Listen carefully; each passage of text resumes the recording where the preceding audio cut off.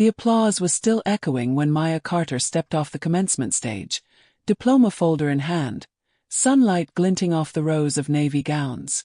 She'd attended dozens of graduations before, planned them, organized them, comforted anxious parents through them, but this one, standing in for a last-minute speaker, felt heavier. Her breath fogged in the cool morning air as she headed toward the faculty gate. That was when she heard the sharp snap of a radio and a voice behind her bark. "Hey, stop right there." Maya froze. A police officer, white, broad-shouldered, jaw clenched, strode toward her, hand resting too confidently on his belt. Students and families slowed, watching. "I said stop," he repeated, eyes narrowing at her gownless attire. "This area's for staff only. You don't belong back here." Maya lifted her ID badge, still clipped to her lanyard.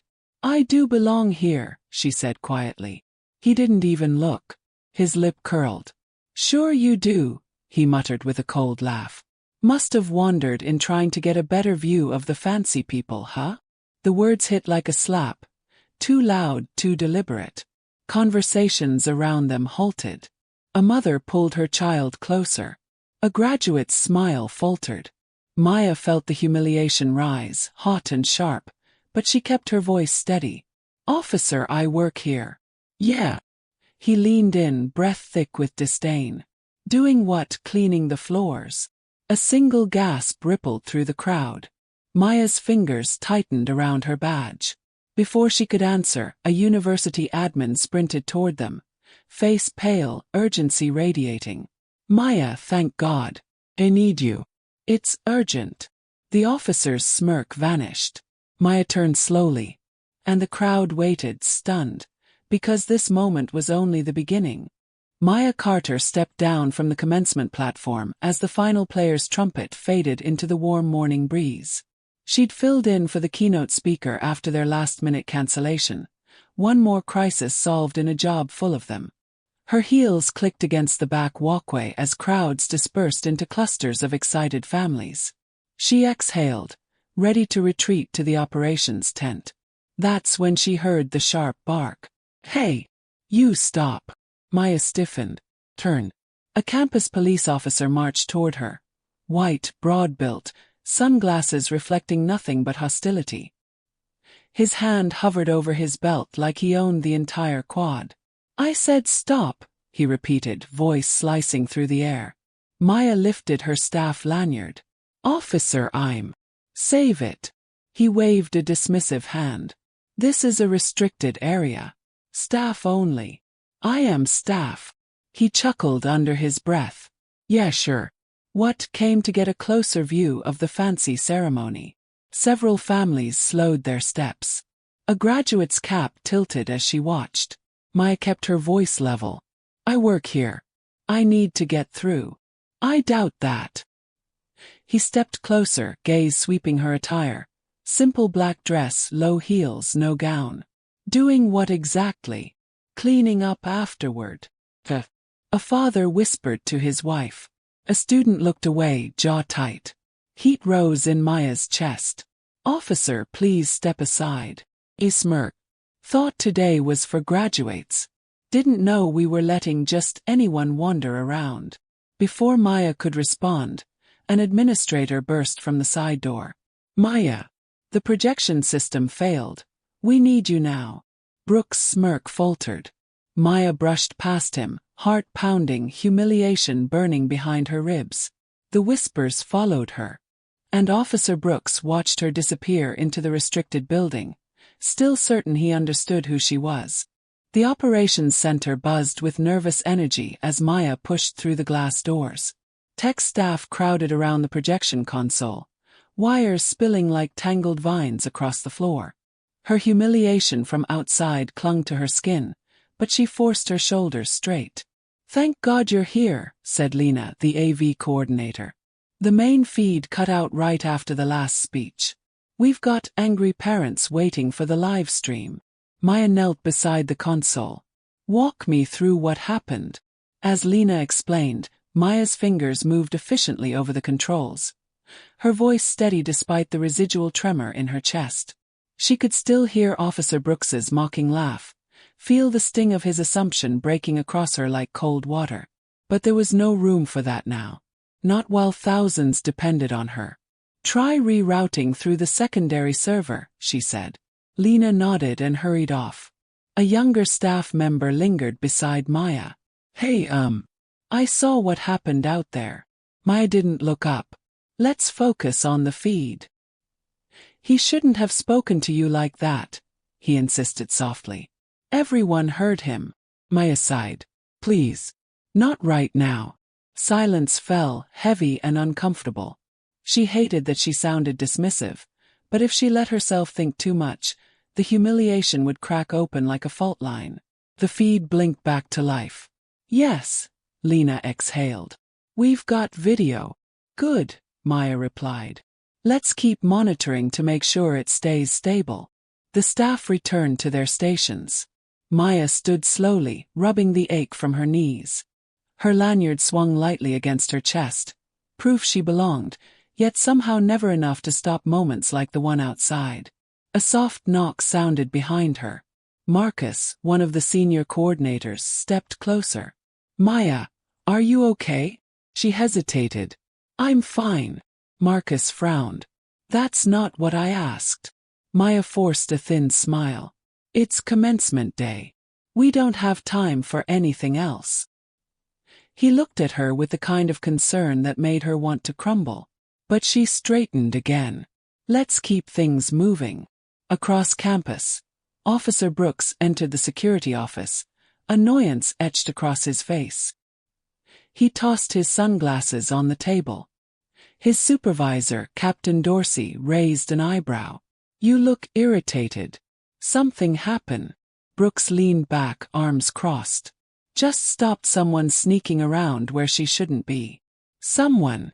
Dorsey asked pointedly. "Black woman. No gown. No staff gear. Said she worked here." He rolled his eyes. "Sure." Dorsey's expression stiffened. "Brooks, please tell me you checked her badge." Brooks shrugged. "Didn't look real." "Did you verify it?" "She walked off before I needed to." Brooks didn't mention the insult, or the crowd, or the admin who called her by name. But Dorsey had heard complaints before. Quiet ones that never stuck but lingered like smoke. "Brooks," he said slowly, "we've talked about assuming things based on appearance." Brooks scowled. "With respect, sir, she didn't look like staff." "That's not your call." Brooks opened his mouth to defend himself when another officer poked in. Captain. There's already chatter online about something at the ceremony. Parents complaining. Students too." Dorsey stiffened. "About what?" "They said a cop was disrespecting someone near the stage exit." Brooks' jaw clenched. Dorsey turned to him. "Is that what this is?" "It was nothing," Brooks muttered. "People exaggerate." "We'll see." Back in the operations center, Maya reviewed emergency protocols with the staff, her voice calm and controlled. The AV boards hummed. Keys clacked rhythmically. But beneath the orderliness ran a thread of tension, people glancing at her, whispering, offering sympathy she didn't ask for. Lena approached quietly. "Maya, I know you don't want to talk about it, but what that officer said was wrong." Everyone saw. Maya swallowed. "If I stop every time something like that happens, nothing would ever get done around here." "That's not fair," Lena whispered. "It's normal," Maya replied. And that truth, spoken without emotion, made Lena's eyes glisten. A radio crackled behind them. "Ops Center, this is security. Be advised, an internal review may be conducted regarding an incident near the commencement stage. If staff have information, they may be contacted." Marcus raised an eyebrow. "That's fast." Maya kept her expression still. "Let's continue our work." But inside her pulse thudded. She didn't want attention. She didn't want another incident added to the pile she'd endured in silence. She only wanted to do her job. Yet she also knew this time was different. Witnesses had seen. Phones had recorded. Voices were already rising. And for the first time in a long time, Maya felt the ground beneath the silence begin to shift. The ceremony ended with triumphant applause, but beyond the music and celebratory photos, murmurs pulsed through the crowd like electricity. A video, 30 seconds long, was already circulating between students before the graduates even tossed their caps. Captured everything. Officer Brooks stepping forward. His dismissive tone. His final cutting line. Doing what, cleaning the floors? And Maya's quiet, steady response. By the time Maya stepped outside for a breath of fresh air, 2 students hurried toward her. "Dean, sorry Maya," one said, breathless. "Are you okay?" "We recorded what he said. Everyone's sharing it." Maya's spine tensed. "You recorded it?" The second student nodded. "People are angry. They said they're emailing the university. Parents too." Maya forced a slow, steady inhale. "Thank you for checking on me. But please be careful. These things escalate fast." The students exchanged worried glances. "We just want you to know we've got your back," the first said softly. Maya offered a small, grateful smile. "I appreciate that. Truly." They left, but their concern lingered in the air like smoke. Across campus, in a small courtyard near the fountain, Officer Brooks paced back and forth while 2 freshmen recorded shaky commentary on their phones. "That's him," one whispered. "The officer from the video." Brooks snapped his head up. "You got a problem." They stepped back. "We're just walking." "No, you weren't." Brooks took a step toward them. "You're filming me without permission." "It's a public campus," the second student said, trying to sound bold. "And people are talking about what you did." Brooks' jaw tightened. "You don't know anything. Stop recording." He reached out as if to swipe the phone. The student stumbled back. "Whoa, don't touch me." People turned. Heads lifted. More phones came out. Brooks froze. "Stop recording," he repeated, but the edge in his voice betrayed his rising fear. Faculty member jogged over. Hey, what's going on here?" The students spoke at the same time. "He tried to grab my phone." "He's intimidating us." Brooks snapped. "I didn't touch anything. They're provoking me." The faculty member frowned. "Officer, maybe give them some space." Brooks glared but stepped back, seething. The students hurried away, phones still rolling. Inside the administration building, Maya stood near a window, rubbing her temples. She had snuck away from the operations center for 5 minutes just to breathe. Her colleague Hannah approached carefully. "You should know something." Maya looked up. "What now?" Hannah held out her phone. "This is already online. Hundreds of shares." Maya stared at the screen. There she was, standing in the sunlight. Calm, composed, until Brooks' insult crashed into her like a wave. Maya whispered, "Oh no." Hannah touched her arm gently. "Maya, people are furious. They're calling him out by name." Maya flinched. "I don't want this to blow up." "But it already has," Hannah said softly. "Look at the comments." Maya didn't want to, but she scrolled. "Unacceptable. Fire him." She handled that with more grace than humanly possible. And then one that made Maya's throat tighten. Imagine speaking to a black woman like that, at a university, on graduation day. Hannah watched her. "You don't have to respond. But you shouldn't have to hide either." Maya closed her eyes. "I just want to finish today without more chaos." "That officer created the chaos," Hannah said firmly. "Not you."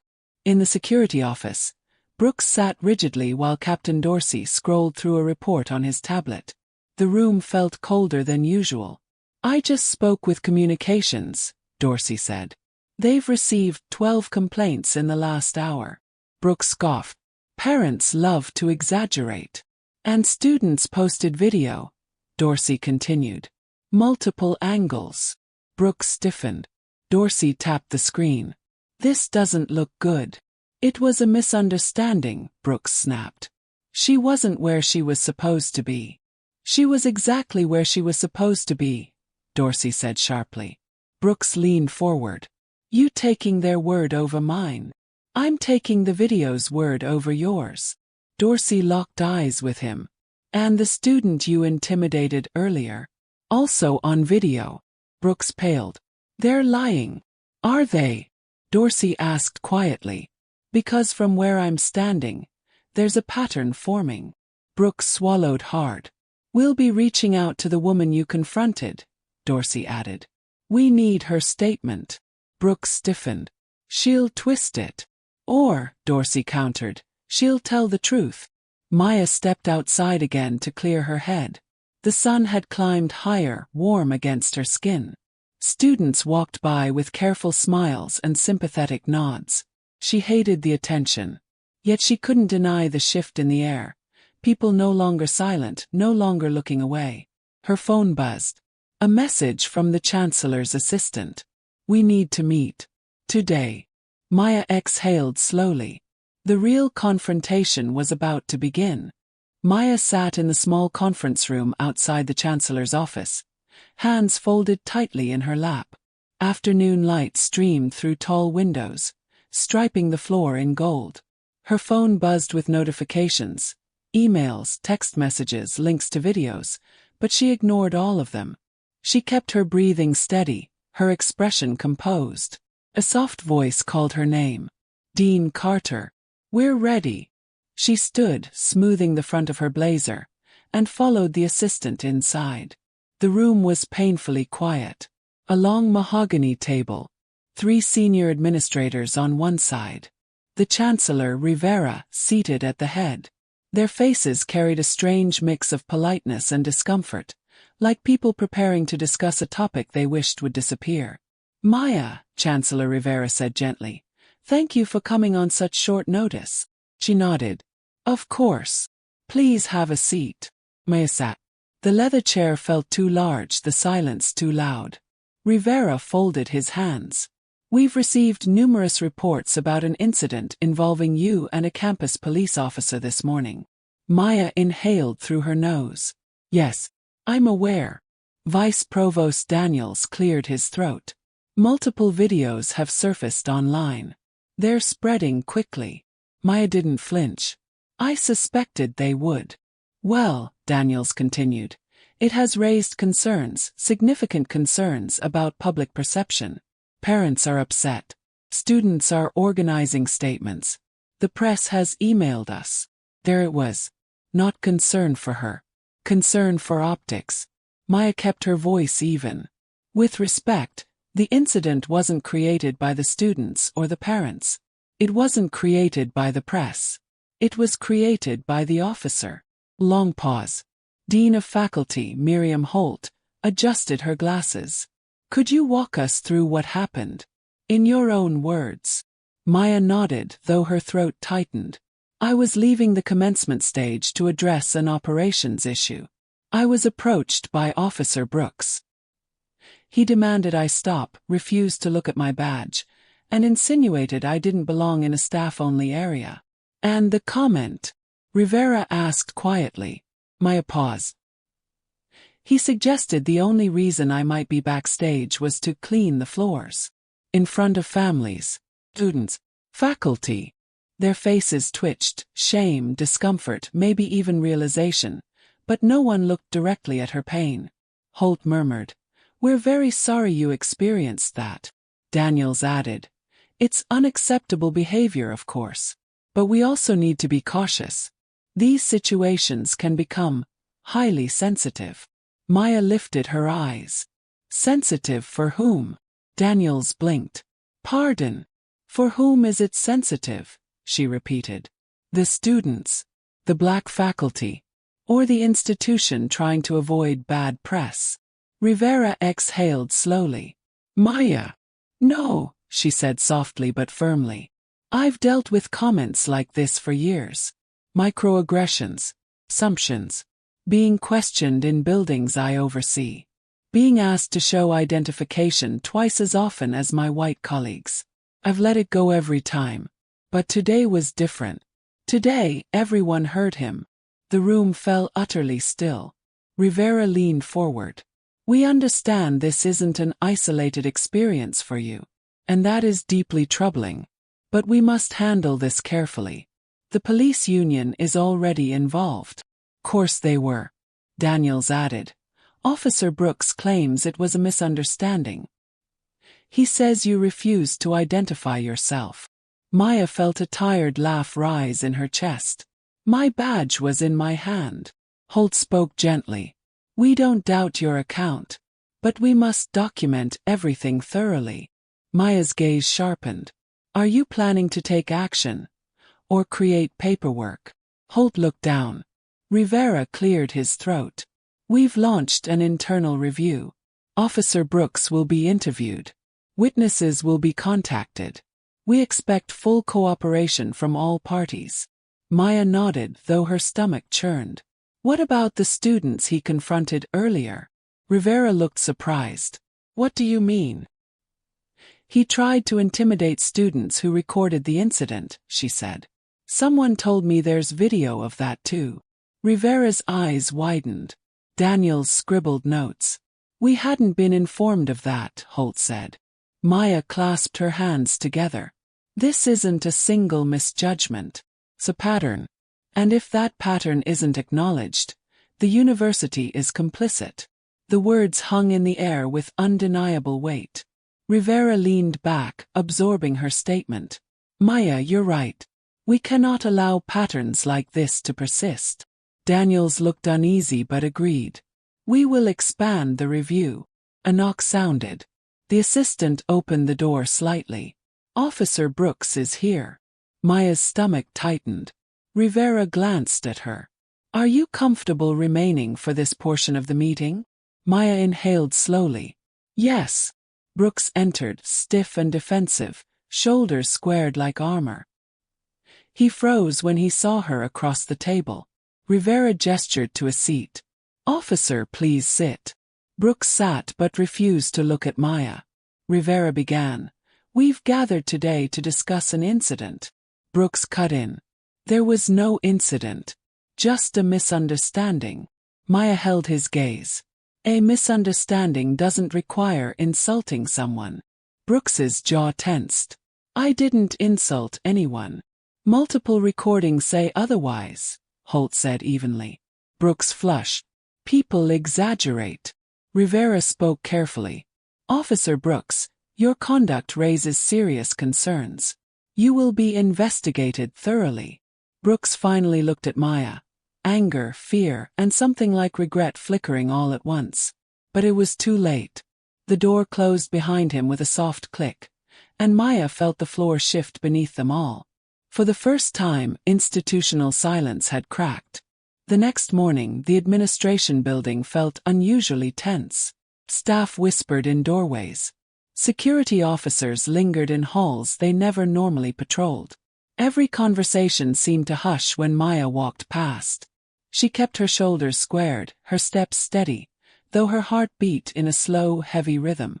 An email from Chancellor Rivera had summoned her to a second meeting, this time with all relevant parties present. She knew what that meant. Brooks would be there. Maya paused outside the boardroom door, inhaling deeply before entering. Inside, the atmosphere shifted immediately. Chancellor Rivera stood near the window, reviewing notes.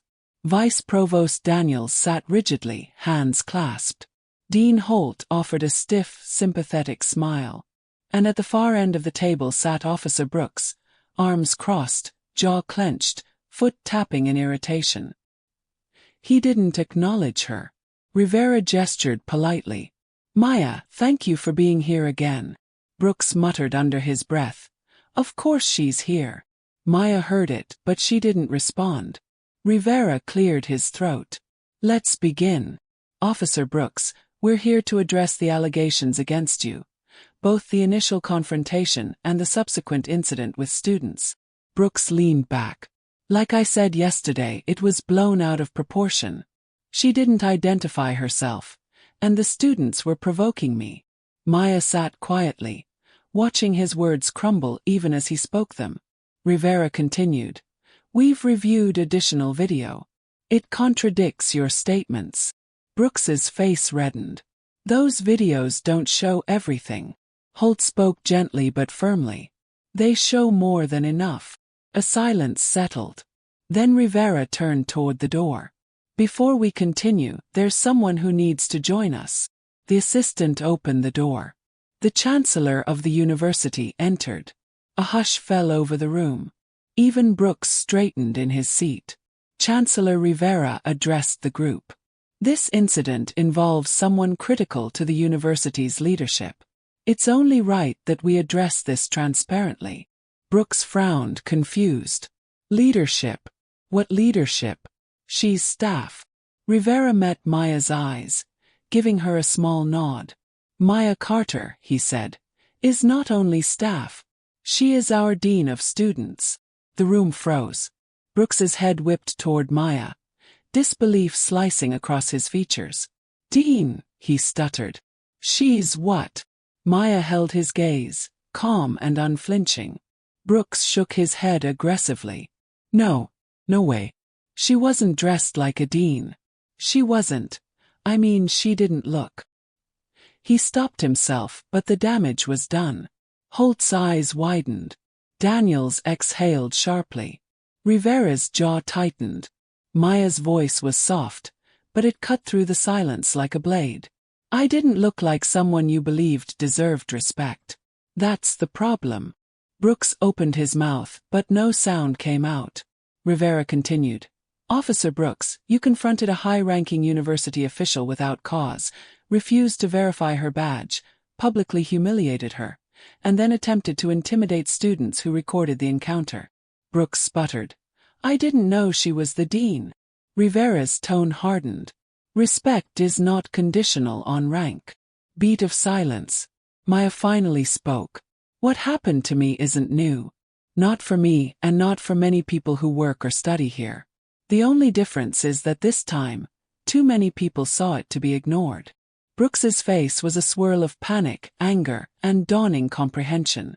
That's not fair, he muttered. I treat everyone the same. Maya met his eyes. No, you don't. His mouth snapped shut.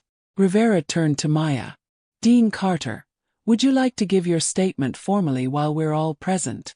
She nodded and began. Her voice was steady, deliberate, every detail laid out with precision. She spoke of the words he used, the crowd watching, the humiliation layered over years of quiet endurance. She described the students who approached her later, the fear in their eyes when Brooks confronted them too. Throughout her statement, Brooks's bravado deflated piece by piece. When she finished, the room was still. Rivera folded his hands. Thank you, Dean Carter. Your clarity is appreciated. Daniels addressed Brooks. Do you have anything you'd like to say in response? Brooks looked cornered, desperate. I didn't mean for it to get this far. I just thought. You thought she didn't belong, Maya said quietly. Brooks blinked hard. I was doing my job. No, Rivera said. You were abusing it. Brooks's shoulders sagged. Rivera continued, voice firm. Effective immediately, you are placed on administrative leave pending the full disciplinary review. You are not to interact with students, faculty, or staff until further notice. Brooks's breathing quickened. You're suspending me. Over her. Over your behavior, Rivera corrected. Maya watched as realization washed through Brooks, the unraveling of the certainty he'd always lived inside. He wasn't the authority in the room anymore. He wasn't the one defining who belonged and who didn't. He wasn't the one with power. She was. And for the first time he understood it. Rivera stood, signaling the end of the meeting. We will reconvene once the investigative report is complete. Brooks rose slowly, throat tight, eyes avoiding everyone. Maya didn't look away. The moment he left the room, the tension loosened, air returning to the space. But Maya didn't feel triumphant. She felt tired. Rivera approached her. You handled that with extraordinary strength. Maya nodded but didn't smile. This wasn't victory. This was only the beginning of a reckoning the university could no longer ignore. By evening, the campus had transformed into a digital storm.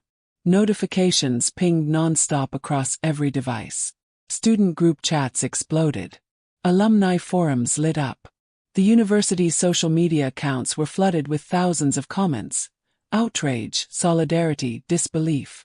And there, threaded through every conversation, was Maya's name. Inside her office, Maya sat with her laptop open but untouched. She had turned off notifications hours earlier, yet the echo of them still buzzed in her mind. A knock sounded on her door. "Come in," she called softly. Hannah slipped inside, holding 2 printed pages. "Maya, you need to see this." Maya braced herself. "What now?" "Statements," Hannah said. "From students. Faculty. People are organizing support for you." Maya blinked. "Support?" Hannah spread the papers across the desk. Testimonies from students describing similar tense encounters with Officer Brooks, stories previously dismissed or never reported. One student wrote, "He made me empty my backpack before an exam. Said I looked nervous. I was just cold." Another said, "My friend was stopped twice in 1 week. They said he didn't walk like a student." Maya's heart sank. "I didn't know all this." "They didn't know who to tell," Hannah said. "But after what happened to you, they're speaking." A knot formed in Maya's throat. "I didn't want to become the face of anything." "You didn't choose it," Hannah replied. "He did." Before Maya could respond, Marcus rushed in without knocking. "You've seen the news." Maya closed her eyes. "There's news now." "Yes," he said, breathless. Local outlets picked up the videos. And the students' posts. And the suspension. Hannah frowned. "It's spreading that fast." "Faster." He hesitated. "And Brooks," he went on record. Maya stiffened. "What did he say?" Marcus pulled out his phone and pressed play. Brooks' face appeared on screen, strained, defensive, eyes darting. "I was following protocol," he insisted to a reporter. "The dean didn't identify herself. People are twisting this. They're out to ruin my career." The reporter asked, "Did you make the comment heard in the video?" Brooks swallowed. "It was taken out of context. I didn't mean anything by it." Maya exhaled sharply. "Context." "He humiliated me." Marcus nodded. People aren't buying his explanation. Reporters analyzed his body language. Former students commented, "The truth is louder than whatever story he's trying to sell." Maya stared at the wall behind Marcus. "This isn't just about me." "No," Hannah agreed. "It never was." Across town, Brooks sat hunched at his kitchen table, surrounded by takeout containers and half-empty coffee cups. His girlfriend paced behind him. "This is bad, Chris," she said. "Every time I refresh, there's a new post about you." Brooks rubbed his face. "They're exaggerating. They're quoting you," she snapped. "You said she didn't look like staff. What does that even mean?" Brooks' nostrils flared. "It means she wasn't wearing anything official. I didn't know who she was." "That doesn't excuse what you said." Brooks slammed his fist lightly on the table. "I didn't mean it like that." She crossed her arms. "Intent doesn't erase impact." His expression hardened. "Whose side are you on?" "I'm on the side of not getting dragged down with you." Brooks looked away, jaw tight. "I'll fix this.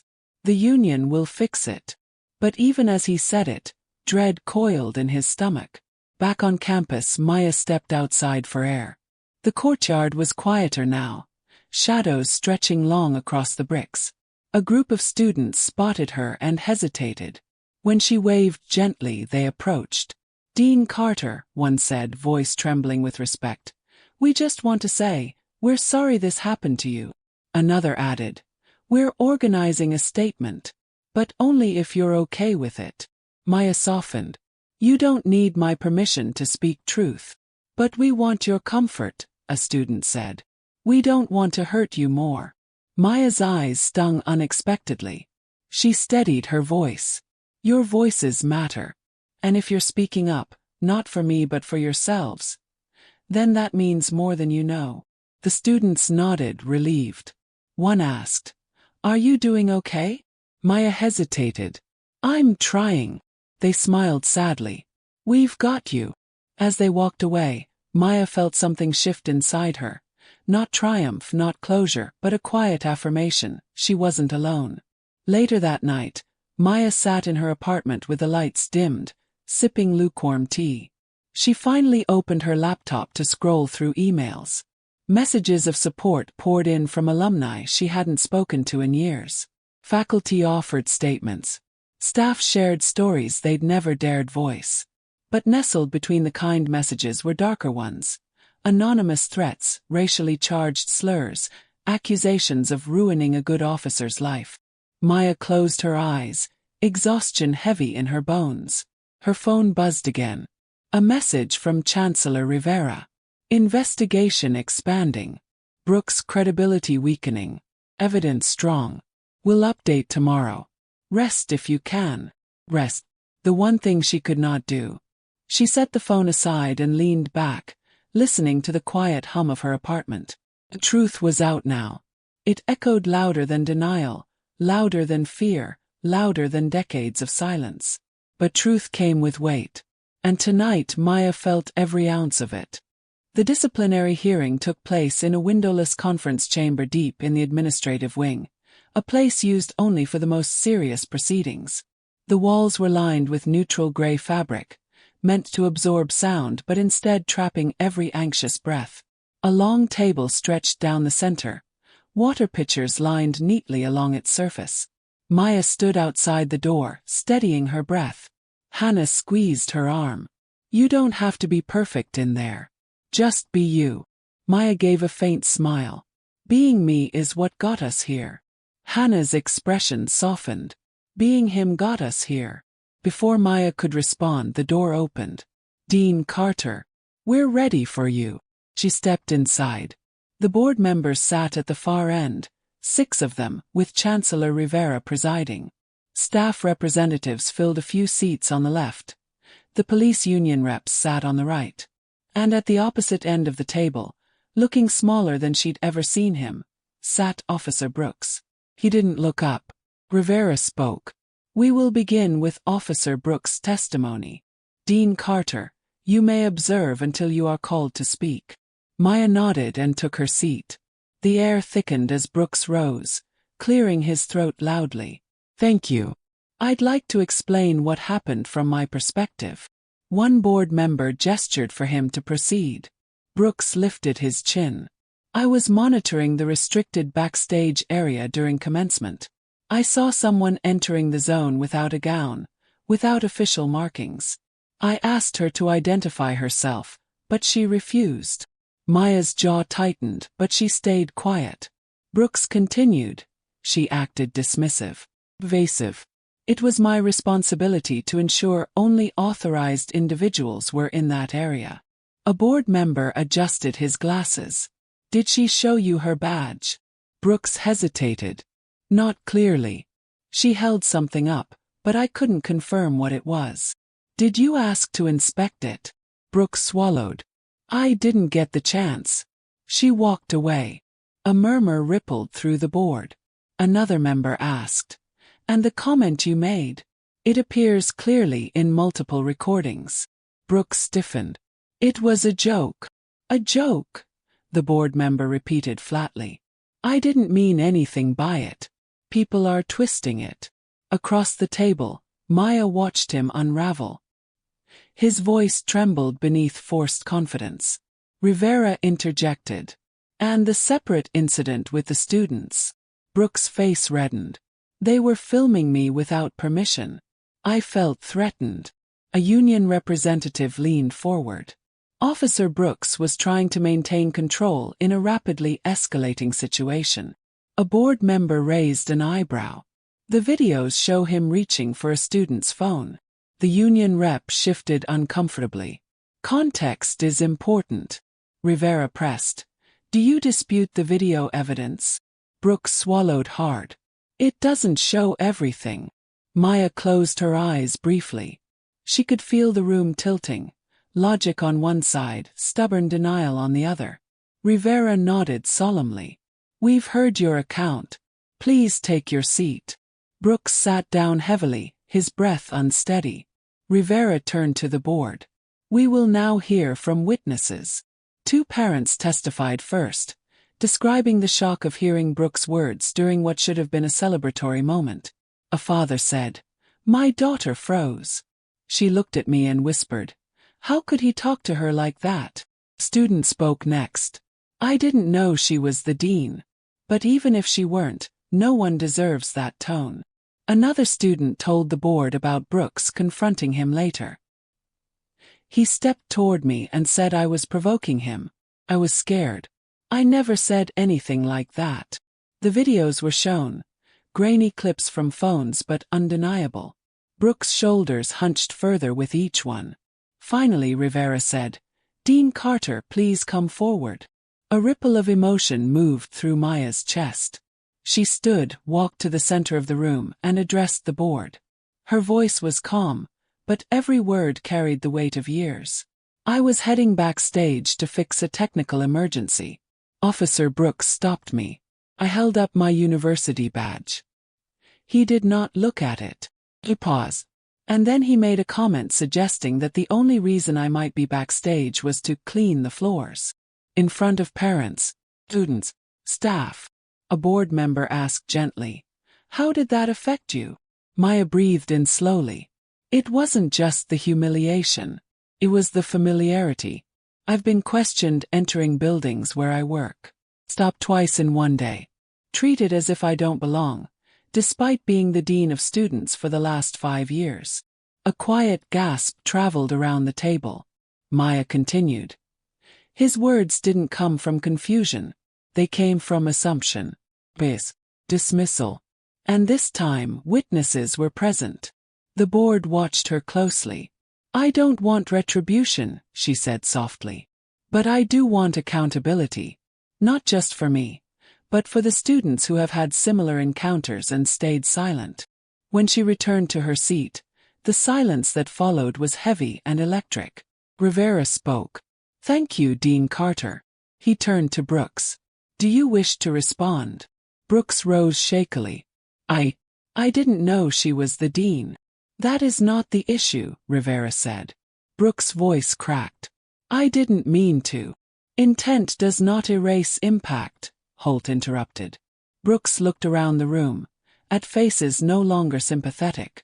His final defense died on his tongue. Rivera addressed the board. "We will now deliberate." Everyone except the board members exited, waiting in the hallway. Brooks leaned against the wall, hands shaking. Maya stood several feet away, steady, composed. Minutes passed.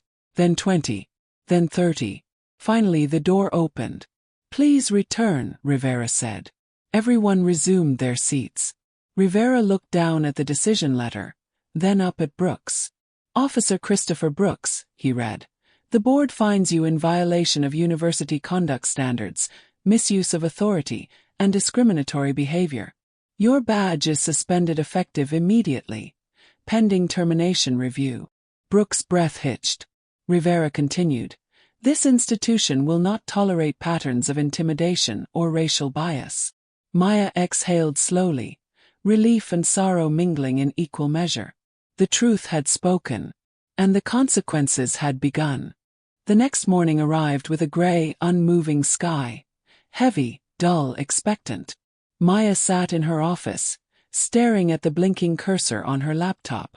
Emails poured in non-stop. Statements, press inquiries, alumni outrage, student petitions. Her inbox was a battlefield of voices. Supportive, furious, frightened, emboldened. A knock sounded. Marcus peeked in. "Have you seen the news?" Maya sighed. "Which part?" "All of it," he said grimly. "Local stations, national blogs, even academic forums." He stepped inside and set his tablet on her desk. "Look." A news anchor's voice played. "After a disciplinary hearing yesterday, Officer Christopher Brooks has been suspended pending termination. Students and faculty describe the decision as overdue, citing patterns of racial profiling on campus." Clips followed. Students speaking calmly but firmly about their experiences, refusing to be silenced. Maya watched in stunned quiet. Marcus crossed his arms. Your testimony changed everything. It wasn't just me, Maya murmured. They spoke too. He smiled gently. True. But you gave them permission to speak. Before she could respond, her phone buzzed with a new message. A notification banner flashed. Statement from police union spokesperson. Marcus groaned. Oh boy. Maya tapped it open. Officer Brooks is an exemplary employee facing a disproportionate response to a misunderstanding. The university is caving to public pressure. Maya closed her eyes. Of course. Marcus leaned forward. Ignore them. They're scrambling. But Maya felt the familiar tension coil beneath her ribs. Public scrutiny never fell only on the accused. It always reached her too. Across town, Brooks sat alone on his couch, the blinds drawn tight. Crumpled tissues littered the coffee table. His girlfriend had left an hour earlier after muttering, "I can't do this." He replayed the hearing in his mind. The looks, the videos, the words he couldn't take back. Everything spiraled outward beyond his control. His phone buzzed. A fellow officer texted, "Man, sorry about what's happening. But they're making us all look bad." Another message followed. "Why'd you say that stuff? Didn't you know she was higher up?" And then, "I can't defend that comment, bro. No one can." Brooks threw the phone onto the couch and cursed under his breath.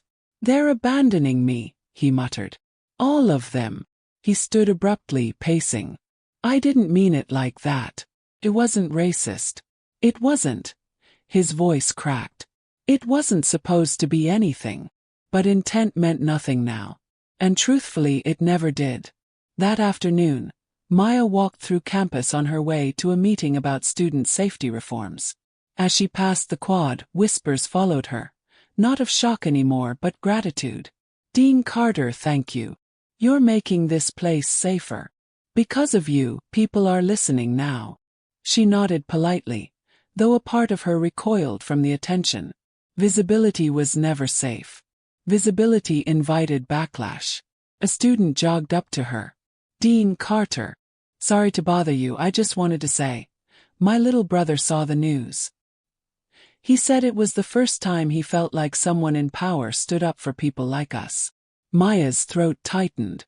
"Thank you," she whispered. He added quietly, "Please take care of yourself." And he ran off. Maya watched him go, her heart both heavy and lifted. Inside the conference room, Chancellor Rivera waited with a stack of documents. "Maya," he greeted. "Please sit." She lowered herself into the chair across from him.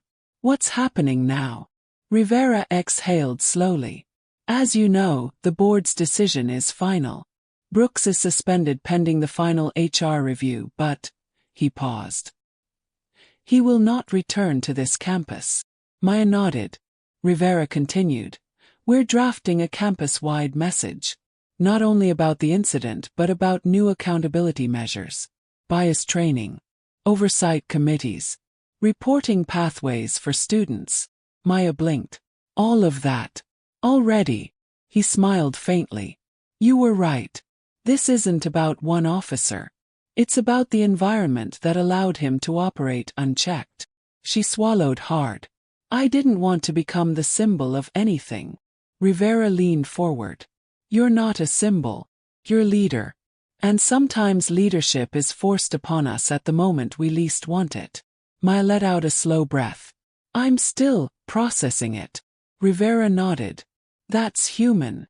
A silence sat between them, respectful, weighted, understanding. Rivera closed the folder. "One more thing. Brooks tried to file an appeal this morning. Char denied it. He attempted to argue that he was targeted unfairly after learning of your title." Maya shook her head. "He still thinks hierarchy was the issue." "Exactly," Rivera said. "Not dignity." After the meeting, Maya stepped outside into the cold afternoon air. Reporters had gathered near the main gate, their cameras pointed toward the building. She avoided them, taking a longer route toward the old administrative fountain. Her phone buzzed again, a text from Hannah. Be careful walking out. Press everywhere. Want me to walk with you? Maya hesitated. She typed back. No. Okay. I need a moment alone. She sat on the edge of the fountain, closing her eyes as water trickled steadily behind her. The world felt uprooted, shaken awake. She wasn't triumphant. She wasn't relieved. She wasn't anything simple. She felt the cost, the emotional exhaustion, the re-triggered memories, the vulnerability of being seen and misseen at once. Footsteps approached. Maya! She opened her eyes. Hannah stood there, concern etched into her expression. You didn't look okay when you walked out. So I came anyway. Maya huffed a breath that was almost a laugh. I should have known. Hannah sat beside her. You did it, you know. Did what? Forced accountability. Maya looked out across the courtyard.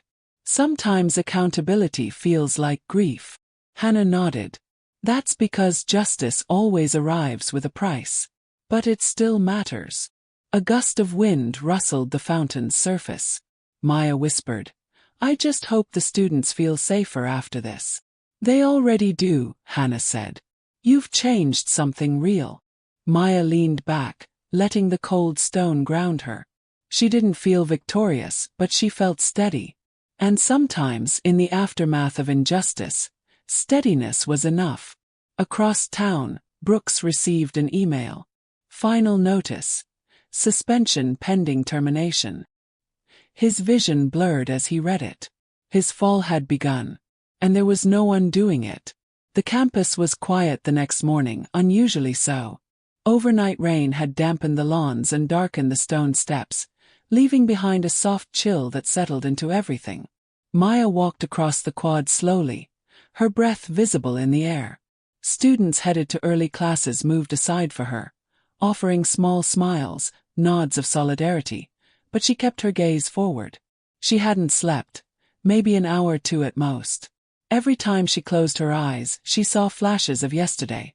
Brooks' rigid posture at the hearing, the board's stern expressions, the moment his suspension was read aloud. And the messages.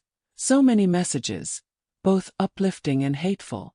Hannah met her outside the student center, holding 2 coffees. You look exhausted, she said gently. I am, Maya admitted. Hannah handed her a cup. You don't have to pretend you're okay. Maya stared at the rising steam. People assume justice feels like relief. But right now it feels like weight. Hannah nodded. Because you're carrying the whole story. Not just the ending. They walked together toward the administration building, the morning light slicing through the trees in pale streaks. How are the students doing? Maya asked. Energized, Hannah replied. Determined. They're planning discussions, forums, outreach events. They say this moment woke something up. Maya let out a slow breath. I'm glad. Truly. But it's strange. The more they stand up, the heavier I feel. You're realizing what you endured for years, Hannah said softly. That kind of clarity hurts. Maya didn't argue. The truth settled painfully beneath her ribs. Later in her office, Maya finally opened her journal, a gift from a former student she'd never used. Its pages were crisp, untouched, waiting. She clicked her pen and hesitated. Her thoughts were jumbled, sharp one moment and blurry the next. But she began anyway. I wish justice felt clean. Doesn't. It feels like staring at a wound I stopped noticing a long time ago. He paused. I am proud of the students. Proud that they spoke. Proud that they refused silence. But I am tired. So tired. Another pause. Yesterday I kept thinking, this shouldn't be normal. But for so many of us, it is. Her hand trembled slightly. She closed the journal, unable to write more. A quiet knock sounded. Marcus peeked in. I didn't want to interrupt. It's okay, Maya said. He stepped closer. I came to tell you. The Student Senate is drafting a resolution in your honor. They want to recognize your courage. Maya winced. I don't want a public celebration. I told them, Marcus said. They'll shift it. Frame it as a commitment to improving the campus climate instead. Maya exhaled in relief. Thank you. He studied her for a moment. You did everything right, Maya. But it's okay if it doesn't feel triumphant. It doesn't, she whispered. Maybe it shouldn't, he replied. When he left, Maya stood and walked to the window. Outside, students crossed the quad in bright clusters. Laughter floated softly upward. Life continued. Unaffected, unaware, unstoppable. Her eyes drifted to the commencement stage, still half standing in the distance. Crews beginning to disassemble it. Wooden beams. Strips of fabric. The platform where she had spoken to hundreds before being humiliated moments later. She stared at it for a long time. Finally, she grabbed her coat and headed outside. The stage felt different in daylight, stripped of ceremony. Just plywood and scaffolding. Yet when Maya stepped onto it, her chest tightened, memories replaying in sharp detail. Brooke's voice. The crowd's gasp. Her attempt to walk away with dignity. She stood in the center and closed her eyes. The silence was deafening. After a long moment she whispered, "This didn't break me." The wind rustled through the empty seats, as if acknowledging her. A faint voice spoke from behind. "Dean Carter." Maya turned. A student stood a few feet away, clutching her backpack. "Sorry, I didn't mean to interrupt. I just wanted to say thank you. For all of us." Maya offered a small smile. "You're welcome." The student hesitated. "Are you okay?" Maya considered lying. Instead, she answered truthfully. "I'm working on it." The student nodded, understanding more than her years should have allowed. "That's enough." She walked away. Maya remained on the stage, breathing slowly, letting the cold air settle around her. Justice had been served. But justice was not healing. Healing was something she would have to choose, again and again. And today she had taken the first step. A week later, the university held a smaller follow-up commencement ceremony for students who had been unable to attend the main event. The sun shone brightly, so bright it felt intentional, as if the sky itself was trying to wash away the shadows of the previous week. Maya stood behind the velvet curtain, straightening the lapel of her blazer. Her hands trembled, but not from fear. From significance. "You're up in 2 minutes," an event coordinator whispered. Maya nodded. The murmur of the audience drifted through the curtains.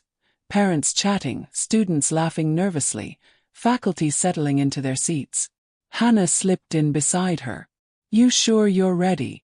"No," Maya said honestly. "But I'm here." Hannah smiled. "Then that's enough." A round of applause signaled the end of the previous segment. Maya stepped forward. The curtain parted. The stage, her stage now, glowed under white ceremony lights. Students straightened in their chairs. Faculty stood. Even some of the staff backstage paused their work to watch. As Maya approached the podium, the audience rose in a standing ovation. She froze briefly, overwhelmed, not by the praise but by the reversal. This was the same platform where she had been demeaned, humiliated, reduced with a single sentence. But today, every face looking up at her reflected recognition, respect, and something deeper. Gratitude. She placed her hands on the podium. "Thank you," she said, her voice steady despite the storm within her. "I wasn't expecting that." A soft laugh rippled through the crowd. She continued, "Graduation is meant to be a moment of pride, a moment of hope. But sometimes, even in our proudest moments, injustice finds a way of creeping in. And when it does, we are faced with a choice: shrink or stand." Students leaned forward. "For years," Maya said, "I chose silence because it felt safer. Because calling out injustice often demands more from the victim than from the person who caused the harm. But this time I wasn't alone. You spoke. You recorded. You wrote. You stood up. And because of that, truth was louder than the hurt." A hush fell over the ceremony. "This campus is changing," she continued. "Not because of policy alone, but because of collective courage. And I am honored, deeply honored, to stand with you." She glanced toward the back, where a cluster of staff members watched with shining eyes. I hope you carry this with you beyond today. Your dignity is not optional. Your belonging is not debatable. And your voice, no matter how small it feels, is powerful. The audience erupted into applause. Maya stepped back, allowing the moment to wash over her. She felt the weight of the past weeks loosening, replaced by something sturdier, something earned. As the ceremony transitioned to diploma presentations, Maya moved to the side of the stage to congratulate students as they passed. Many hugged her.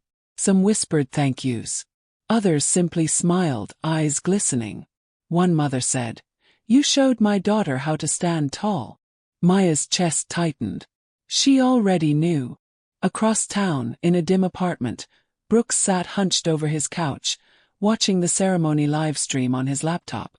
He hadn't shaved in days. His suspension notice sat unopened beside a cold cup of coffee. Maya appeared on the screen, calm, composed, radiant under the stage lights. Brooks turned up the volume. When the audience applauded her, he flinched. When she spoke about dignity and courage, his shoulders curled inward. When she talked about silence and standing up, his eyes narrowed. Not in anger this time, but in dawning recognition of how completely he had misjudged her. "How was I supposed to know?" he whispered to no one. "How was I supposed to know she was?" He stopped. Even he didn't believe the excuse anymore. He lowered his head into his hands as the live stream continued playing. When the ceremony ended, Maya lingered on stage, alone. The lights dimmed slowly, leaving soft shadows around her. She stood at the center, the same spot where she had once been humiliated. But now the air felt different, clearer, claimed. Hannah approached quietly. "Feels poetic, doesn't it?" Maya nodded. "I never wanted this journey. But I'm grateful it led somewhere meaningful."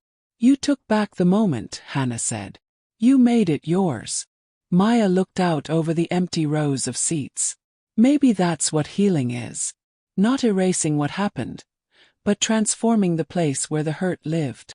She stepped down from the stage, the sound of her heels echoing in the quiet hall. Outside, the sky glowed warm with sunset.